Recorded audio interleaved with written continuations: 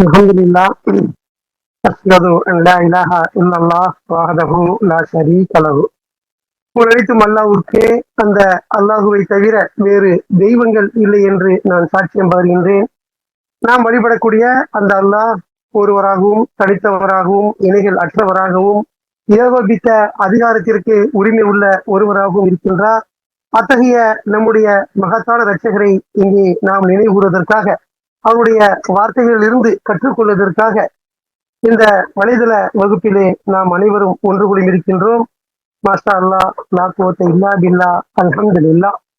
அல்லாஹ்வுடைய வார்த்தைகளான அல் குர்ஆன் மட்டுமே மார்க்கத்தின் ஆதாரம் என்றும், இந்த குர்ஆனை தவிர வேறு எந்த ஒன்றும் மார்க்கத்தின் ஆதாரமோ அடிப்படையோ கிடையாது என்றும் நாம ஒரு தெளிவான புரிந்து கொள்ளுதலில் அல்லாஹ் நம்மை ஆக்கி அருள் செய்திருக்கின்றார். அல்ஹம்துலில்லாஹ். அல்லாஹ்வுடைய வளமான வார்த்தைகளிலிருந்து தொடர்ச்சியா நாம கற்றுக்கொண்டு வருகின்றோம். இந்த சூரா, பெரிய சூரா, ஏடப்பட்டதுன்னு சொல்லி ரேண்டமா பார்க்கிறோம். அதுல ரஃபீக் பாய் கேட்ட சூரா இன்னைக்கு அல் பக்ரா 102. ரொம்ப ஒரு சிக்கலான வசனம்னு நம்ம பார்த்துக்கிட்டு இருக்கோம். நமக்கு அல்லாஹ் அதுல என்ன கற்றுக் கொடுக்குறாரோ அதை நம்ம கற்றுக்கொள்வோம். எதுவுமே முடிவு கிடையாது, நம்மளுடைய அண்டர்ஸ்டாண்டிங்கை பொறுத்து தான் அந்த விஷயங்கள்லாம் ஒவ்வொரு காலத்திலையும் ஒவ்வொரு விதமா நமக்கு விளங்கும். நம்முடைய பக்திக்கு ஏற்றவாறு சில விஷயங்கள் சொல்லும் போது அது நமக்கு ஏற்றுக்கொள்ள முடியாம இருக்கும். அது எப்படி ஒரு நியாயத்திற்கு அப்பாற்பட்ட முறையில் இருக்கு அப்படின்னு சொல்லிட்டு. ஆனா அல்லாஹ்வுடைய வார்த்தைகளை நேரடியா நம்ம பார்க்கும்போது சில விஷயங்களை பார்க்கிறோம். நம்ம அந்த மாதிரி நிறைய பார்க்கிறோம். அது உலகத்திலே நடக்கிறதையும் பார்க்கிறோம். நம்ம அது எப்படி சில உதாரணம் நம்ம சொல்லுவோம், அதை பத்தி பேசுவோம்.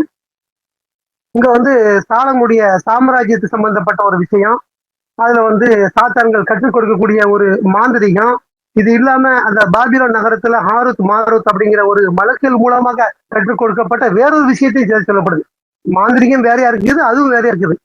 அந்த விஷயங்களை மனிதர்களுக்கு கற்றுக் கொடுத்து அதை பத்தி சாத்தான ஒரு விஷயம் சொல்றாங்க. இன்னும் எச்சரிக்கை சொல்லப்படுது, எப்படிலாம் பயன்படுத்தணும் அப்படிங்கிற மாதிரி, தப்பானதுக்கு பயன்படுத்தக்கூடாதுங்கிற மாதிரிலாம் நிறைய விஷயம் சொல்லப்படுது. நம்ம வரிசையா அப்ப பெரிய வசனம் முடிஞ்ச வரைக்கும் நம்ம இதில் பார்ப்போம்.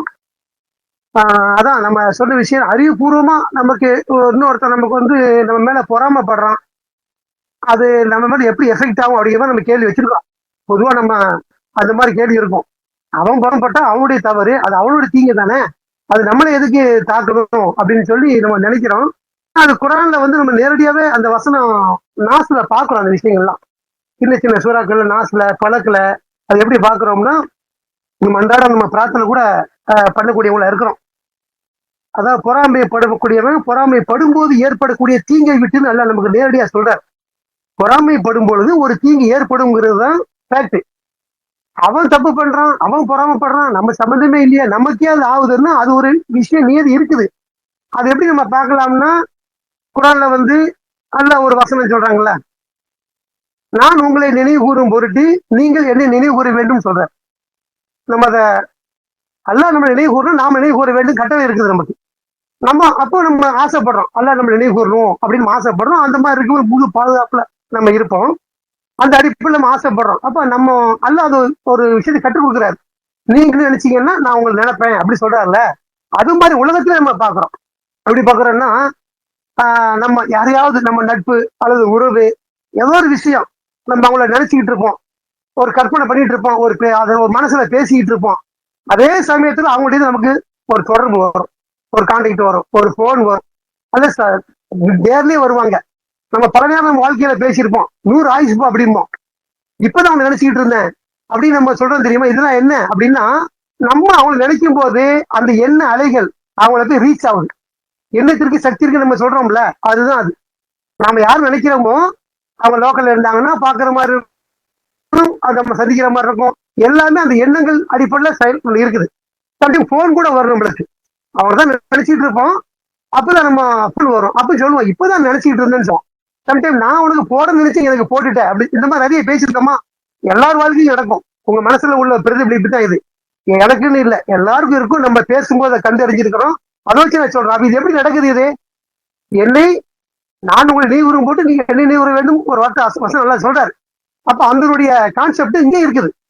அல்லாஹ்வுடைய தன்மைகள் இருக்குல்லங்க, அல்லாஹ்வுடைய தன்மைகள் எல்லாருக்கும் இருக்குது. என்ன வித்தியாசம்னா, நமக்கு அளவுகோல் இருக்கு, அதை தாண்டி நம்ம அந்த தன்மையை அடைய முடியாது. நம்ம ஒரு புள்ள மேல பிள்ளைங்க மேல, குடும்பத்துல பிரியம், பாசம், அன்பு வைக்கிறோமா இல்லையா? அவன் அல்லாஹ் வைக்கிறாரு. ஆனா அவர் வந்து எல்லைகளின்றி வைப்பார். நம்ம வந்து தெரிஞ்ச வைக்க முடியாதா? அன்பு வைக்க முடியாது. நம்முடைய செவித்திறனு, பார்வைத்திறனு ஒரு அளவுல இருக்குது. கிட்ட இருந்து பேசினா கேட்கும். வலைதளத்துல கனெக்ஷன் இருந்தா கேட்கும், இல்லைன்னா கேட்காது. ரேடியோல எங்கேயே இருந்து நேரலை பண்றாங்க, ஒளிபரப்புறாங்க, நாம ரீச் ஆகுது. அதுக்கான ஒரு வழிமுறை இருக்குது. அப்படிதான் கேட்க முடியுமே தவிர அதை தாண்டி கேட்க முடியுமா? அப்படி கேட்க முடியாது. ஆனா அல்லாவுடைய செவியேற்றல் எப்படி? அவரு எங்க இருந்தும் எப்படியும் கேட்பாரு. பேசினாலும் கேட்பாரு, பேசாட்டாலும் கேட்பாரு.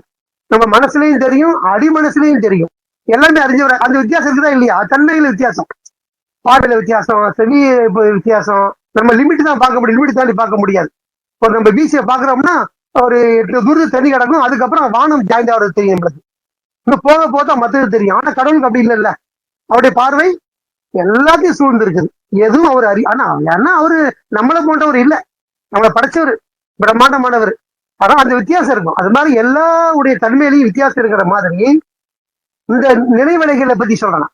நாம அல்லாஹ் நம்ம நினைக்கணும் தான் நாம நினைவு கூறுங்கள் கட்டளை சொல்றாரு.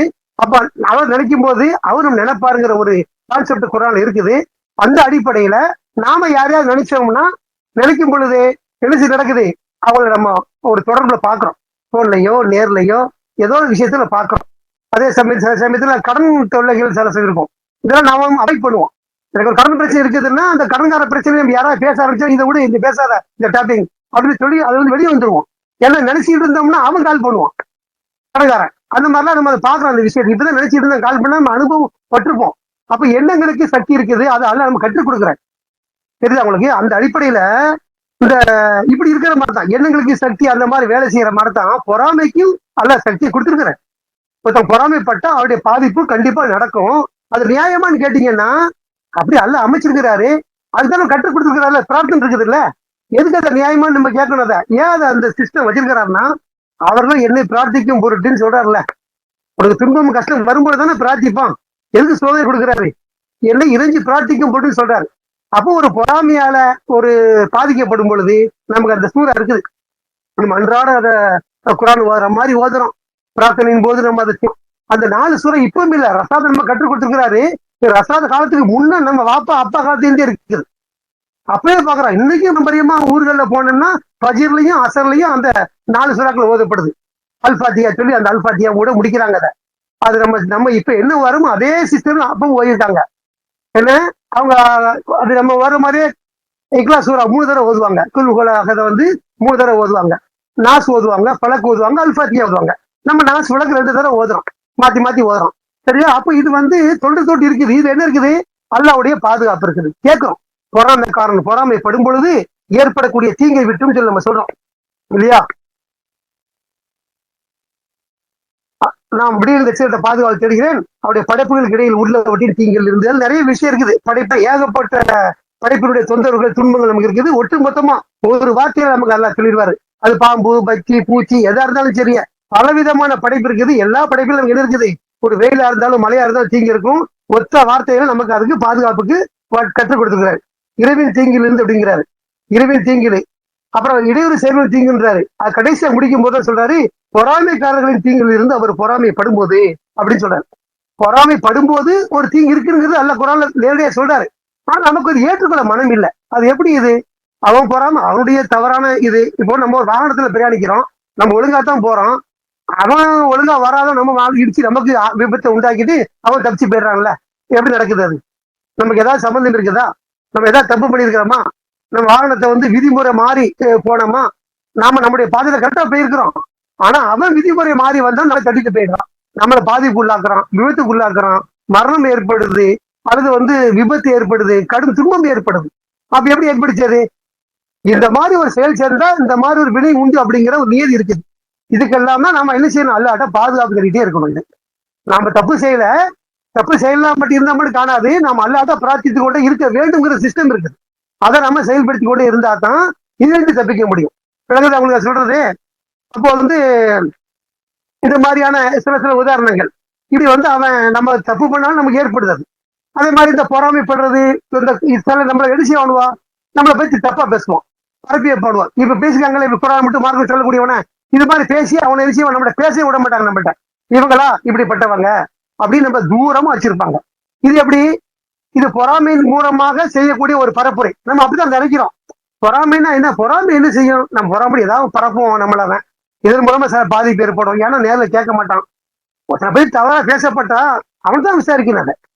நம்மளோட சொல்றவங்க ஒருத்தர் சொல்றோம் வச்சுக்கலாம். ஒருத்தரை பத்தி இவனா இப்படிப்பட்டவன்பா, அப்படிப்பா, வாங்கின காசு தரலப்பா, கடன்காரன்பா, அப்படியா இப்படியா நீ எழுத சொன்னாலும் அப்படியா நீ நம்ம கேட்டுட்டு போக கூடாது. நம்ம என்ன நினைக்கிறோம் தெரியுமா? நம்மள்ட்ட தொடர்பு உள்ளவங்க நம்பிக்கையான நினைக்கிறோம். நம்ம பேசும்பொழுது பேசும்போது நம்பிக்கையான இவரு விஷயம் சரியா இருக்கும் அப்படின்னு நினைச்சிட்டு அதை அப்படியே நம்ம வழிமொழியணும் தெரியுமா? அதுதான் தப்பு.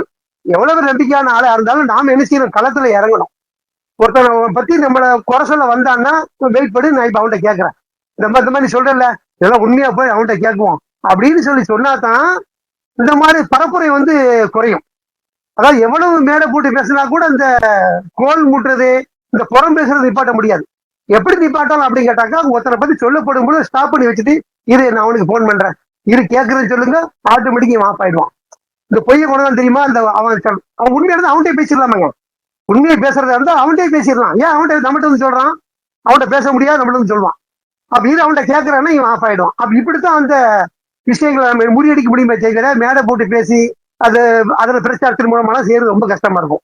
இப்படி அந்த பொறாமைக்காரன் மட்டும் பொறாமைப்படும் பொழுதுனால என்ன செய்யறா? பரப்புரை பண்ணும்போது அந்த பாதிப்பு வரும். அது இயல்பான நமக்கு தெரியும். இது இதுக்கு மட்டும் கிடையாது. இது மாதிரி பல்வேறு விஷயங்களுக்கு இருக்கு. இப்ப விபத்து சொன்னேன்ல, அந்த மாதிரி விஷயங்களுக்கு இருக்குது. சரியா? ஆனா இங்க அல்லாஹ் சொல்ற நேரடியா அல்லாஹ் சொல்றாரு, பொறாமைக்காரரின் தீங்குகள் இருந்து அவர்கள் பொறாமைப்படும் போதுங்கிற. பொறாமைப்படும் போது ஒரு தீங்கு இருக்குது. எப்படி என்ன அலைகளுக்கு ஒரு சக்தி இருக்குதோ அதே மாதிரி பொறாமை சக்தி இருக்குது. ஆனா அதுக்கு அல்லாஹ் என்ன செய்ய முறியடிக்க வழிமுறை கற்றுக் கொடுத்துருக்கிறேன். அதுதான் உங்களுக்கு ஒரு பியூட்டி. அது பிரார்த்தனை இருக்குது இல்ல, அப்படி வெறுமனை விட்டா தான் நமக்கு தப்பாயிடும். ஒண்ணுமே செய்யாம விட்டு பிரார்த்தனை நம்ம கட்டு கொடுக்காம விட்டாடைக்கு இது என்னப்பா நியாயம் இல்லையா கூட கேட்கலாம், தப்பு கிடையாது. ஆனா அப்படிலாம் ஒரு சிஸ்டத்தை வச்சு அல்லாஹ் நமக்கு என்ன சொல்றாருன்னா, நீங்க பிரார்த்தனை பண்ணுங்க அப்படின்னு கொடுத்துருக்காரு. இப்ப பிரார்த்தனை மூலமாக நாம என்ன செய்ய முடியும்னா, அந்த பொறாமைக்காரன் பொறாமைப்படும் பொழுது அந்த தீங்க முறியடிக்க முடியுங்கிற சிஸ்டம் இருக்குது. அதே மாதிரிதான் இங்க 102 சொல்லக்கூடிய சாலமோனுடைய சம்பவத்துல இந்த மாந்திரிகம் நம்ம கேள்விப்படுறோம். மாந்திரிகம், மந்திரம், செய்வினை அப்படின்னு சொல்லி மக்கள் மத்தியில அது நிறைய நம்ம பாக்குறோம். அதுக்குன்னு சில ஆட்கள் இருக்கிறாங்க. அந்த ஊருக்கு போய் நம்ம தேடி போறோம். அவன் சில பொருள் சொல்லுவாரு. இந்த மாங்காய், தேங்காய், புளியங்காய் மாதிரி இந்த பூ, எலுமிச்சம்பழம், பழம், கண்டது, கடிது, வாழையாளம் நிறைய வாங்கிட்டு சொல்லுவாங்க. இவங்களும் அதை நம்பி ஒரு 7,000 8,000 ரூபாய்க்கு இந்த பொருளை வாங்கிட்டு போவாங்க. அந்த காசே செலவாகும். அதுல அவங்களோட வியாபாரத்தை பார்ப்பாங்க. இது செய்யறாங்க, வைக்கிறாங்க, நடக்குது பாக்குறோம்ல. இதுல என்ன விஷயம் நடக்குதுன்னா, இவங்கெல்லாம் இந்த விஷயத்த ஒரிஜினலா கற்றுக்கொண்டவங்க கிடையாது. மக்களை ஏமாற்றக்கூடிய பேர் வழிகளை தவிர, அந்த ஆதி காலத்துல அல்லாஹ் சொல்ல தெரியுமா, சாத்தான் கற்றுக் கொடுத்தா மாந்திரிகத்தை. இன்னைக்கு அது இருக்குதா? வழி வழியா இருக்குதான்னு இருக்கலாம். நமக்கு தெரிஞ்சு சரியான நபர் நம்மளால கண்டுபிடிக்க முடியாது. ஆனா அந்த பேரால நிறைய பேர் இருக்காங்க. மேல பழம் போனீங்கன்னா அதுக்குன்னு தெருவுக்கு ஆளுக்கு இருப்பாங்க. இந்த சூரியமுகத்துக்கு எனக்கு இப்படி பண்ணிட்டான், அப்படி பண்ணிட்டான், பாதிப்பு ஏற்படுத்திட்டான் அப்படின்னு சொல்லிட்டு அவன் பேருக்கு நீங்க சூரியம் பண்ணுன்னு சொல்லுவாங்க. இதெல்லாம் இந்த வசனத்தை வச்சுதான் என்ன செய்யறாங்க? அதை நம்பி அப்படி செய்யறாங்க.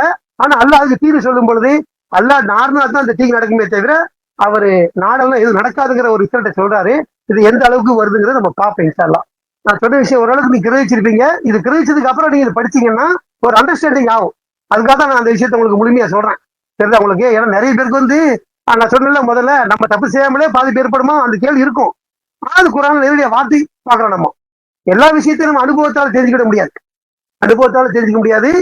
பல விஷயங்களை வார்த்தையில நம்ம நம்புவோம், பிறகு வழிகாட்டப்படும் போது நம்ம ஏற்றுக்கொள்றோம். பல காலமா நம்ம அதை இப்பவும் நம்ம அறிஞ்சிட்டு இருக்கிறாங்க. எந்த அறிஞர்களே அறிஞர் சொல்லிக் கொடுக்க சொல்லக்கூடியவங்க சூரியங்கிறது இந்த மாதிரி இருக்குதான்னு சொல்ல அன்னைக்கு எனக்கு சூரிய வைப்பா, நான் முடிய தரட்டா, எனக்கு துணி தரவா, உனக்கு என்ன வேணும்னு சொல்லு, நான் தாரேன், எனக்கு சூரிய வைங்க சவால் விடக்கூடிய ஆள் இருக்காங்க. அந்த சவாலை ஏற்றுக்கொள்ளக்கூடிய ஆள் இல்லை. ஏன் தெரியுமா? எல்லாம் டியூட்டிக்கு தான் உட்காந்துருக்கான். அல்லாஹ் சொல்லக்கூடிய எந்த மாந்திரியத்தை கற்றுக் கொடுத்து அந்த விஷயத்துக்குள்ள ஆளு நபர் சரியா இல்லை. ஏன்னா அந்த சவாலை முறியடிச்சிருப்பானுல்ல, உண்மைதான் அப்படின்னு சொல்லி ஏன் முறியடிக்கல? இந்த மாந்திரிகம் இருக்குது உண்மை, அதற்கான ஆள் இருக்கிறது பொய்யா இருக்குது அப்படிங்கிறத நம்ம அதை பார்க்கிறோம். சரியா? இது ஒரு விஷயம். இதுக்கப்புறம் நம்ம விசுவாசத்துல போவோம். அவர் பிலாய் விஷயத்தான் இருந்துச்சு. அல் பக்ரா 2வது அத்தியாயத்தினுடைய 102வது வசனம். ஆமா, ரஃபீக் பாய் ஒரு சிக்கன வசனம் சொல்லியிருக்கிறார். நம்மள முடிஞ்ச வரைக்கும் பார்ப்போம். நமக்கு அல்லாஹ் எதை கற்றுக் கொடுக்குறாரோ அதை பார்ப்போம். எல்லாமே ஒரு அல்லாஹ்வுடைய வார்த்தையில் நம்பிக்கை கொண்டு பார்த்தோம்னா நமக்கு அது நல்ல விதமா வெளிப்படும். கேட்டீங்களா? நாம ஒரு அரைகுறையா இருந்துட்டு பட்டுப்படாம இருந்தோம்னா நமக்கு அதை ஒழுங்கா புரிஞ்சுக்க முடியாது. தவறான முடியல இருந்துட்டு இருப்போம்னு சொல்ல போனா இது எப்படி சாத்தியமாகும்? ஒரு நேரத்தில் இருந்தோம்ல, ஒரு நேரத்துல எவனோ ஒருத்தர் மாந்திரிகம் வைக்கிறான், அது செல்லுபடியாது, இவனுக்கு என்ன சக்தி இருக்குதா அப்படின்னு நம்ம கேள்வி கேட்டுட்டு இருந்த ஒரு காலம் முடியும். ஆனா நமக்கு பக்தி குறைவு, அதை பத்தி அறிவு குறைவு, அதை போய் நம்ம நெருங்கி பார்க்க மாட்டோம். ஆனா குரான் வார்த்தையை நம்ம நம்புவோம். ஒரு முடிவு எடுத்ததுக்கு அப்புறம் பல வார்த்தை அப்படி சொல்லுது அந்த மாதிரி. அப்ப நம்ம அந்த வார்த்தையை நம்பும் பொழுது அதை ஏற்றுக்கொண்டு ஆகணும். ஏற்றுக்கொள்ளும் பொழுது அதற்கான தீர்வாளர் நமக்கு பிரார்த்தனை மூலமா கொடுத்துருக்காருங்கிறதையும் நமக்கு அது சொல்யூஷன் இருக்குது, தீர்வு இருக்குது அதுக்கு. அதனால நமக்கு பிரச்சனை இல்லை, கவலை இல்லை, துன்பம் இல்லை, தைரியமா நம்ம அந்த வார்த்தைகளை நம்பலாங்கிறதுக்கு தான் நான் சொல்றேன். அப்போ இன்ஷால்லா பார்ப்போம் 102 ஒரு விலக விஷயத்தன் ரஜி. சாலமனின் சாம்ராஜ்யம் தொடர்பாக சாத்தான்கள் கற்றுக் கொடுத்தவற்றை அவர்கள் பின்தொடர்ந்தனர் அப்படின்னு சொல்றாரு. அவர்கள்லாம் யாரு? சாத்தான் கற்றுக் கொடுத்தது சில மனிதர்களை பத்தி அவர்கள் பின்தொடர்ந்தனர். இது சாலமனுடைய காலத்துல அவருடைய சாம்ராஜ்யத்துக்கு நடக்குது. அந்த சமயத்துல சாத்தான் சில விஷயங்களை கற்றுக் கொடுக்குறான் அப்படின்னு சொல்லி வருது. சாத்தான் கற்றுக் கொடுக்கணும், எப்படி சாத்தான் கற்றுக் கொடுப்பான் ஒரு கேள்வி நமக்கு வரும். சாத்தான்ங்கிறது நம்ம பார்க்க முடியாத ஒத்தனா இருக்கிறான், நம்ம அவனை பார்க்கணும், அவன் நம்மளை பாக்குறாங்கிறத நம்ம அறிஞ்சு வச்சிருக்கிறோம். சாத்தான் எப்படி கற்றுக் கொடுப்பான் அப்படின்னு நம்ம மனசுல நிறைய உதிக்குது இல்லைங்க விஷயங்கள். எவ்வளவு கேடுகட்ட எண்ணங்கள்லாம் வருது, அதெல்லாம் யார் கொடுக்கறது? சாத்தான் கொடுக்கறது தான். கீழான சூழ்ச்சிகள், தேவையற்ற சம்பவங்கள், தேவையில்லாத வேலைகள் எல்லாமே நம்ம மனசுல ஓடுத. இதெல்லாம் யாரு நம்ம நினைக்கிறோமா? நம்ம சும்மா தான் உட்கார்ந்து இருக்கோம், ஆனா நம்ம தூண்டுறான்ல, இதுதான் சாத்தானுடைய தொடர்பு. இதன் மூலமா நான் கற்றுக் கொடுக்குறான், நீ இப்படி இப்படி செய், அவனை சரி பண்ணலாம் அப்படின்பா. ஆனா மாட்டிட்டு முடிச்சு அவன் ஓடி போயிடுவான், இருக்க மாட்டான். அதுல பின்னால சிக்கல் இருக்கும். பின்னால அது அவன் சொல்லி கொடுத்தபடி செஞ்சா பின்னால சிக்கல் வரும். ஆனா நமக்கு அந்த அறிவு எட்டாது, நம்மளுக்கு அது நம்ம செயல்படுத்திடுவோம். செயல்பட்ட அப்புறம் மாட்டினோம்னா அதுக்கப்புறம் பயங்கரமான சாத்தான் நமக்கு தொடர இருக்க மாட்டான், ஓடி போயிடுவான். இப்படி கற்றுக் கொடுக்கறது தான் சாத்தான். இப்ப சமீபத்துல கூட ஒரு வலைதளத்துல பாக்குறோம். என்ன சம்பவம்? ஒரு குடும்பத்துல ஒரு தகப்பனார், பெற்ற தகப்பனார 2 பிள்ளைங்க என்ன செய்யறாங்க? பாம்பை கடிக்க வச்சு கொலை பண்றாங்க. நேரடியா கொலை பண்ண அன்னைக்கு வேற மாதிரி வரும்னு சொல்லிட்டு பாம்பு வச்சு கடிக்க வச்சு, இந்த சம்பவம் நீங்க பாத்தீங்கன்னா தெரியல, விவரமா சொல்லிடுறான் அந்த விஷயத்த. எதுக்கு கொலை பண்றான் அப்படின்னா, அந்த தகப்பனார் மேல நிறைய இன்சூரன்ஸ் போட்டு வச்சிருக்காங்க. அவர் மேல இன்சூரன்ஸ் நிறைய போட்டு வச்சிருக்கிறாங்க. ஏன்னா வயசானவர்ல கொஞ்சம் ஆனா இருப்பாரு, போயிடுவார், நம்ம எடுத்துக்கலாம் அப்படிங்கிற அடிப்படையில் அவருடைய பேர்ல இவனுங்க பணத்தை கட்டுறது. அந்த மாதிரி ஒரு இன்சூரன்ஸ் போட்டு வச்சு எந்த அளவுக்குன்னு கேட்டாங்கன்னா 3 கோடி ரூபாய் அளவுக்கு, 300 லட்சம், அந்த அளவுக்கு இன்சூரன்ஸ் போட்டு நிறைய போட்டு வச்சிருக்காங்க. அப்புறம் அவனுடைய எப்ப இறந்து நம்ம எப்ப அடையா அப்படிங்கிறத பிளான் என்ன பண்ணி என்ன செய்யறானுவோ, அண்ணன் தம்பி 2 பேரு, பெரியவன் 2 பேரும் சேர்ந்து என்ன செய்யறாங்க, அவரை மரணத்திற்கு எப்படி உட்படுத்துறாங்கன்னா, ஒரு பாம்பை கடிக்க வச்சு நம்ம என்ன செய்வோம், அவரை நம்ம கதையை முடிச்சிருவோம். அப்புறம் இயற்கை மரணம்ங்கிறது நமக்கு வந்துடும் சர்டிபிகேட்டு, அதை வச்சு நம்ம கிளைம் பண்ணிக்கலாம் அப்படின்னு ஒரு முடிவு பண்ணி அந்த வேலை செய்யறாங்க. முதல் தடவை வேலை செய்யும் போது ஒரு படுக்கை அறையினுடைய ரூம்ல ஒரு பாம்பை போட்டு கால் அருகே போட்டுருந்தாங்க. போட்டா காலில் அது கொட்டிடுச்சு. கொட்டதுக்கு அப்புறம் எல்லாரும் அங்கங்க அங்க ஒரு வந்து பார்த்துட்டு என்ன கொட்டிச்சுன்னா உடனே அவரை கூட்டு போய் அதை விசை இறக்கி காப்பாத்தி முடிஞ்சிருச்சு. அவர் சாவல, உயிரோட பொழைச்சுக்கிட்டார். இது முதல் சம்பவம். 2வது சம்பவம் என்ன ஆகுதுன்னா, என்னடா இதுல இப்படி ஆயிட்டாரு அப்படின்னு சொல்லிட்டு திரும்ப என்ன முயற்சி பண்ணானோ, அது பாம்பு பிடிக்கிறவன் பாம்புக்காரக்கான இல்லையா, அவங்களோட தொடர்பு கொண்டு யாருமே அவன்கிட்ட தொடர்பு பண்ணி தான் வாங்கிட்டு வந்துருக்குது பாம்பு. திரும்ப அவனை தொடர்பு பண்ணி என்ன பண்றாங்க, என்னப்பா நீ பாம்பு கொடுத்த, விஷம் இல்லாத பாம்பு போல தெரியுதுன்னு சொல்லிட்டு நல்ல ஒரு விஷமான பாம்பு கட்ட சொன்ன அவன் கட்டுவிரின் பாம்பு கொடுத்துருக்கான். அதுக்கு அடுத்த கட்டத்துல கட்டுவிரின் பாம்பு என்ன பண்ணிருக்காங்க, அவர் தூங்கும் பொழுது கால் பக்கம் போட்டா காலில் விஷம் எடுத்து உயிர் தப்பிச்சிட்டாரு. இந்த வாட்டி கழுத்துல போடணும்னு சொல்லி பிளான் பண்ணி கழுத்து பக்கம் கொண்டு போட்டாங்க. கழுத்து பக்கம் போட்டா இமீடியா தலைக்கு யாரும் மூளையை பாதிக்கு உடனே உயிர் போயிடுங்கிறது எல்லாருக்கும் தெரியும். அப்ப அந்த மாதிரி பிளான் பண்ணி அவங்க அப்படி போட்டு அவருடைய உயிர் அங்க ஊசலாடுது. திருவண்ணி நாடகம் ஆடுறானுவோ, அழுகுறானுவோ, தொழுறானுவோ. அதுக்கப்புறம் தூக்கிட்டு போறானு ஆஸ்பத்திரிக்கு. போகும்போது இறந்து போயிட்டாரு. ஹாஸ்பிட்டல் போய் காட்ட உடனே அந்த அடையாளம் தெரியுது, பாம்பு கடிச்ச அடையாளம். பாம்பு அங்கேயே அடிச்சு போட்டானுவோ, சொந்தக்காரனுக்கு காட்டுறதுக்கு எல்லாத்துக்கும் போன் பண்ணிட்டானுவோ, வந்து பாம்பு அடிச்சு போட்டாச்சு. ஹாஸ்பிட்டல் போய் டாக்டர் சர்டிபிகேட் கொடுத்துட்டாரு, பாம்பு கடிச்சு இறந்துட்டாருன்னு சொல்லிட்டு. இதை வச்சு உடனே என்ன பண்றாங்க, இன்சூரன்ஸ் கிளைம் பண்றதுக்கு அதுக்கு அடுத்த கட்ட நடவடிக்கை செய்யறாங்க. அந்த நடவடிக்கை நடக்கும் பொழுது இன்சூரன்ஸ்காரங்களும் இவனுடைய பதட்டம், பேச்சு, அந்த ஃபோர்ஸ் பண்றதுல இவர் டவுட் வருது. சந்தேகம் வந்த உடனே அவன் என்ன பண்றான், போலீஸ்ல கம்ப்ளைண்ட் கொடுக்குறான். ஏன்னா அமௌண்ட் பெருசு இல்ல. குறுகிய காலத்துல ஒரு 3 கோடி ரூபாய் அளவுக்கு நிறைய கிடைக்கிறாங்க. இவனுடைய வருமானம் என்னன்னு பார்த்தா அதெல்லாம் ஆய்வு பண்ணும் போது வேற மாதிரி இருக்குது. ஒண்ணுமே இல்லாத ஆட்களா இருக்காங்க. ரொம்ப சொற்பமான வருமான ஆளுக்கா இருக்கிறவங்க எப்படியோ கடன் காட்சி வாங்கி போட்டு இதை செஞ்சிருக்காங்கன்னு நினைக்கிறேன். அதுக்கப்புறம் என்ன வருது, இது எப்படி அந்த இந்த டவுட் வந்தோடனே அப்புறம் 2 பேர் வச்சு பேசுறாங்க. பேசும்போது முன்னுக்கு பின் முரணா இருக்குது. தம்பி சொல்ற தகவல் வேற மாதிரி இருக்கு, அண்ணன் சொல்லி வேற மாதிரி இருக்குது. டவுட் இன்னும் அதுல வந்து முத்து அதுல. இதுக்கு அப்புறம் என்ன பண்றாங்க, அவங்களுடைய செல்போன்லாம் வாங்கி அவன் நம்பர்ல உள்ள கான்டாக்ட் லிஸ்ட் எல்லாம் அது செல்போன் கம்பெனில கேட்டா கொடுத்துருவான். இந்த நம்பர்ல யாரெல்லாம் பேசுறா அந்த லிஸ்ட் பூரா கொடுத்துருவான். டேட்டா பூரா வந்துடும். என்ன டேட்ல என்ன மணி என்ன டைமுக்கு எவ்வளவு நேரம் பேசுற டியூரேஷன் வரைக்கும் கொடுத்துருவான். அப்ப இதெல்லாம் பார்க்கும் இவன் யாருன்னு பார்த்தா அந்த பாம்புக்காரனா இருக்கிறான். அதை கண்டுபிடிச்சிட்டானுவோம். இந்த நம்பர்காரன் பாம்புக்காரன், இவன் பாம்புக்காரன் பேசியிருக்கிறான். பாம்புக்காரன் பாம்பெல்லாம் கடிச்சு செத்துன்னு சொல்றானுவோ. அது என்ன அந்த கான்வர்சேஷன் எல்லாம் பார்க்கும் பொழுது இது திட்டம் போட்டு செஞ்சதுன்னு தெரிஞ்சு போச்சு. இருக்குதா?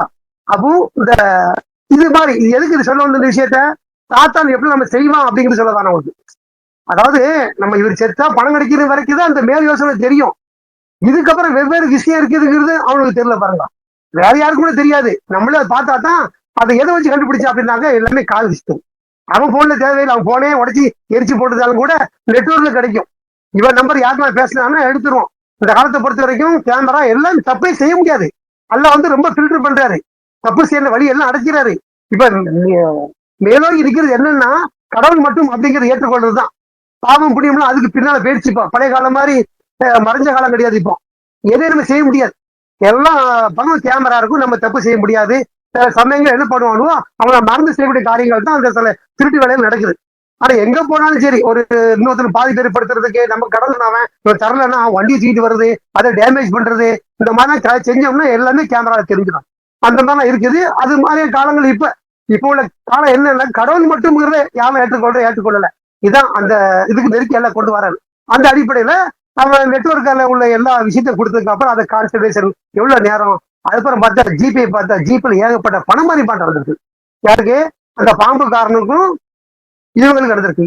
இவங்க எப்படி இவ்வளவு பணம் எங்க வந்துச்சு, எப்படி கொடுத்தாங்க கொண்டா அப்படின்னு சொல்லி பார்த்தா அதுக்கப்புறம் பேச பேச பேச உள்ள எடுத்துட்டாங்க. அப்போ சாத்தானோட யோசனை வந்து அவன் செத்தா பணம் கிடைக்கிறது மட்டும்தான். அதுக்கு பின்னணியில உள்ள எந்த விஷயம் தெரியாம போச்சு பாருங்க. எவ்வளவு நவீனமான காலம் யாருக்கும் தெரியாது. நம்ம அவனை குறைச்சல் பிரச்சனையும் இல்லை, நாமளும் ஒரு தப்பு பண்ண போறோம், நம்ம தப்புக்கு எப்படி கண்டுபிடிப்பாங்கிறது நமக்கும் தெரியாது. அது பல வழி வச்சிருப்பாரு. அந்த அடிப்படையில தாத்தா நமக்கு யோசனை சொல்றான். அப்படி நம்ம இந்த வசனம் முதல்ல பார்த்தோம்ல, தாத்தான் கற்றுக் கொடுத்தவற்றைங்கிறோம். தாத்தான் எப்படி கற்றுக் கொடுப்பான் அப்படின்னு கேள்வி வந்துச்சுன்னா இப்படிதான் கற்றுக் கொடுப்பான். இந்த மாதிரி யோசனை கொடுப்பான், தப்பான யோசனை கொடுப்பான், சூழ்ச்சி செய்ய சொல்லுவான். எதெல்லாம் நல்லா கண்டனம் செய்யறாரோ அது கூட செய்வான். இது அவனுடைய இதுதான் அவன்கிட்ட இருந்து கற்றுக்கொள்ற விஷயமா இருக்குது. இது மாதிரியான விஷயத்தை தான் அவங்க கற்றுக்கொண்டு அவங்க பின்தொடர்ந்தனர். ஆயினும் சாலமன் ஒரு நம்ப மறுப்பவராக இருந்ததில்லை அப்படின்னு சொன்னார். சுலைமானை பற்றி சொல்லும் பொழுது அவர் அப்படி அந்த விஷயத்தை கேள்விப்பட்டாலும் அவர் அப்படி செய்யக்கூடிய ஆளா இல்ல, நம்ம செய்வான் அப்படிங்கிறார். அல்லாஹ்வுதான் எல்லா சக்தியும் இருக்குது, அவர் நானா தடுத்துருவாரு அப்படின்னு செய்யறவன் எவனா முடிவு எடுப்பானா? எடுக்க மாட்டான்ல. நம்ம என்னத்தை செட்டப் பண்ணாலும் கடைசியா கரம் இருக்குதப்பா, எப்படி செய்ய முடியும் அப்படின்னு நம்ம ஒரு நம்பிக்கையாவது முடிவு எடுப்போம். சரி, ஓகே, நம்ம சிம்பிளா தொடர்ச்சியா அந்த வசனம் பார்ப்போம். பெரிய வசனம் இது, நம்ம தொடர்ச்சியா பார்ப்போம். அப்போ இந்த இடத்துல வந்து தாத்தா வந்து சாலமன் வந்து நம்ப மறுப்பவர் இருந்ததில்லைன்னு ஏன் சொல்றாருன்னா, இந்த நம்ப மறுப்பம் வந்து அந்த மாதிரி வேலை செய்வாங்கிற இந்த சூழ்ச்சி செட்டப்பு ஸ்டூடியம் மாந்திரிகம் இதெல்லாம் செய்யக்கூடியவர் யார் அப்படின்னாக்கா நம்ப மறுப்பவன் செய்வான். ஏன்னா கடவுள் சக்தியை விட அவனுக்கு நம்பிக்கை இல்லை, அதான் அவன் செய்யறான் அப்படிங்கிறத சொல்றாரு. இன்னும் அதை விரிவா நம்ம அதை சொல்லுவோம் இன்ஷா அல்லாஹ். ஆயினும் சாலமன் ஒரு நம்ப மறுப்பம் இருந்ததில்லை, ஆனால் சாத்தான்கள் தான் நம்ப மறுப்பம் இருந்தனர் அப்படிங்கிறது. சாத்தான் தான் எப்படி நம்ப மறுப்பவன், கடவுள் மட்டும் கடவுளா இருக்க தகுதியே இல்லை அப்படிங்கிறது நினைச்சவன், எனக்கும் செய்ய முடியும் ஒரு போட்டி போடக்கூடியவன் அவன் தான் நம்ப மறுப்பவன். அந்த வார்த்தை அதை வெளிப்படுத்து பாருங்க. அதுல சாத்தான் தான் நம்ப மறுப்பவன் நல்லா டிக்ளேர் பண்ற. கடவுளை கடவுளாக அவன் ஏற்றுக்கொள்ளல, கடவுளை மாதிரி எனக்கு செய்ய முடியுங்கிற ஸ்டேட்மெண்ட்டை சொன்னா கடவுளை சக்தி அவன் புரிஞ்சுக்கிடல. கடவுளுடைய முழு சக்தியை புரிஞ்சிருந்தா அந்த மாதிரி வார்த்தையை உதிர்த்திருக்க மாட்டாவன். அப்படி யார் நம்ப மறுப்பவன்னா சாத்தான் தான் நம்ப மறுப்பவன் அப்படிங்கிறத சொல்றாரு. அவனுடைய அடி சுவடை பின்பற்றக்கூடிய மனிதர்களும் நம்ப மறுப்பு இருப்பாங்க அப்படிங்கிறது அந்த வார்த்தையில புரிஞ்சுக்கிறோம். இப்படி நமக்கு நல்ல தொடர்ச்சியா அந்த வசனத்தை படிச்சு முடிச்சிடலாம், நம்ம தொடர்ச்சியா பார்ப்போம். ஆனா சாத்தான் நம்பியிருந்தனர். அவர்கள் மக்களுக்கு மாந்திரிகத்தையும் மேலும் பாபிலை சேர்ந்த இரு வானர்களான ஹாரூத் மற்றும் மாரூத் மூலமாக இறுக்கி அனுப்பப்பட்டவற்றையும் கற்றுக் கொடுத்தனர். ரெண்டு விஷயம் சொல்லப்படுதுங்க. மாந்திரிகம் மட்டும் இல்ல, மாந்திரிகத்தையும் பாபிலோன் நகரத்துல ஹாரூத் மாரூத் அப்படிங்கிற ஒரு ரெண்டு மலர்களுடைய பேரை குறிப்பிடப்படுது. மலக்குகள் நம்ம பொதுவா சொல்லிடுறோம், ஆனா எல்லா மலக்குக்கும் பேர் இருக்குதுங்கிறது நல்லா சொல்றாருங்க. ஹாரூத் மாரூத் அப்படிங்கிற பேரை சொல்றாரு. மலர்களை பொறுத்தவரைக்கும் நேற்று கூட ரசாத்துடைய பெயர்ல கேட்டோம் நம்ம, அவர்கள் பத்தி எவ்வளவு எண்ணிக்கைங்கிறது அவங்களுக்கே தெரியாது அப்படின்னா, அப்ப எண்ணிக்கை அடங்காத மக்களுக்கு எவ்வளவு பேர் இருக்கும் நமக்கு. ரெண்டு பேரும் இங்க அல்ல நமக்கு வச்சிருக்கிறாரு சொல்றாரு. அதுவும் பாபிலோன் நகரத்துல சொல்றாரு. ஆக்சுவலா மலக்குகள் கூட ஒரு பேரு பல பேருக்கு இருக்கலாம். ஆனா ஒவ்வொரு ஊருக்கு வெவ்வேறு மலக்குகள் இருக்காங்க. இது பாபிலோன்ல உள்ள ஹாருத்து மாருத்து, சென்னையில கூட இருக்கலாம் ஹாருத்து மாருத்து. ஆனா அது சென்னையினுடைய நபரா நம்ம எடுத்துக்கிறது. இந்த இடத்துல ரெண்டு என்ன சொல்றாரு, பாபிலோன்ல உள்ள மலக்குடைய பேரை அங்க சொல்றாரு, அவர்கள் மூலமா கற்றுக் கொடுத்த இன்னொரு விஷயம் சொல்றாரு. அது என்னங்கிறத நம்ம பார்ப்போம். ஆக மாந்திரிகம் வேற, இந்த மலக்குகள் கற்றுக் கொடுத்தது வேற அப்படிங்கிறது இங்க தெளிவா இருக்குது. நாம எது நினைச்சுக்கிறோம்னா மலக்குகள் தான் கற்றுக் கொடுத்தா நினைச்சுக்கிட்டு இருப்போம். குரான்ல நம்ம எதுவுமே தெளிவானதுங்க. தெளிவானது அதுல கண்டிப்பான முறையில் ரெண்டு பட்சம் கிடையாது. இருக்கு இல்லைன்னு நம்ம சொல்லவே முடியாது. நம்ம சில சமயம் அந்த மாதிரி நம்ம சொல்லிடுறோம். நம்ம அந்த வார்த்தையை தவிர்த்து கொள்ளணும். அதான் இருக்குன்னா இருக்கு, இல்லை இல்ல. வெட்டு ஒண்ணு துண்டுன்னு சொல்றது தெரியுமா? அப்படிதான் குரானுடைய வார்த்தையை தவிர இது இருக்கும் இல்லைன்னு சொல்லக்கூடிய அளவுக்குள்ள வசதியே கிடையாது. நம்முடைய அண்டர்ஸ்டாண்டிங், பக்தியின் குறைபாடு, நாம தெரிஞ்சுக்க முயற்சிக்காம இருக்கிறதுனால நம்ம அந்த மாதிரி முடிவு எடுத்துருவோம். இப்படி அப்படி எடுத்துருவோம். நான் அப்படி எடுக்க கூடாது. எப்பவுமே குரானை பொறுத்த வரைக்கும் ஸ்ட்ரைட்டா இருக்குன்னா இருக்கு, இல்ல இல்ல அப்படிதான் சொல்லுமே தவிர ரெண்டையும் சொல்லாதுங்கிறத புரிஞ்சுக்கணும் இன்ஷா அல்லாஹ். ஆக இந்த வசனத்துல நம்ம தொடர்ச்சியா பார்ப்போம். ஒரு பெரிய டாபிக்கா இருக்குது இன்ஷா அல்லாஹ். நம்ம தொடர்ச்சி இந்த வசனத்தையும் பார்ப்போம். நம்ம கற்றுக்கொண்டதை நம்ம நடைமுறைப்படுத்துறது எல்லாரும் அருள் செய்யணும். ஆக மாந்திரிகம்ங்கிறது இருக்குதுங்கிறது உண்மை. ஆனா அல்லாஹ் நானா தான் அது பழிக்குமே தவிர இன்னும் வெறும் பழிக்காது. எல்லா விஷயத்திற்கும் அல்லாஹ் ஒரு காரணம் வச்சிருக்கிறாரு, ஒரு நியதி வச்சிருக்கிறாரு. அது நிகழ்ந்தேறும். அதுக்கு ஒரே தீர்வு பிரார்த்தனை பண்றதுதான். பிரார்த்தனை பண்றது மூலமாக நாம தடுக்க முடியும் அப்படிங்கிறத நம்ம இந்த வசனங்களை புரிஞ்சுக்கிறோம். அதனால நமக்கு இதை இன்னும் நல்லா கற்றுக் கொடுப்பதற்கு, மென்மேலுக்கு கொள்வதற்கு அருளும் கிருபையும் செய்வார்கள் சொல்லி இந்த உரையை நிறைவு செய்வோம். வார்த்தையின் பூலணித்தும் அல்லாஹ்வுக்கே. மாஷா அல்லாஹ், லா குவத்த இல்லா பில்லா, அல்ஹம்துலில்லாஹ். ஸலாமுன் அலைக்கும். வேற எதுவும் கருத்து இருந்தா சொல்லுங்க. இன்ஷால்லா நம்ம அண்டர்ஸ்டாண்டிங் நம்ம போக நமக்கு சரியாயிடும் இன்ஷால்லா. எவ்வளவு காலம் நம்ம இது நம்பாம இருந்து தெரியுமா? இந்த விஷயம் இது மட்டும் இல்ல, நிறைய விஷயங்கள் நம்ம அறிவுக்கு பூர்வமானதை மட்டும்தான் நம்புவோம், அறிவு பூர்வமான நம்ப மாட்டோம். ஆமா ரிஃபை பாய், அதாவது குரானை நம்ம ஒரு வசனத்தோடு இன்னொரு வசனத்தை தான் ஒப்பிட்டு பார்க்கணும். நல்லதெல்லாம் அல்லாஹ்வின் புறத்துல இருந்து வருது, கெட்டது மனிதர்கள் தான் தேடிக்கிறாங்க.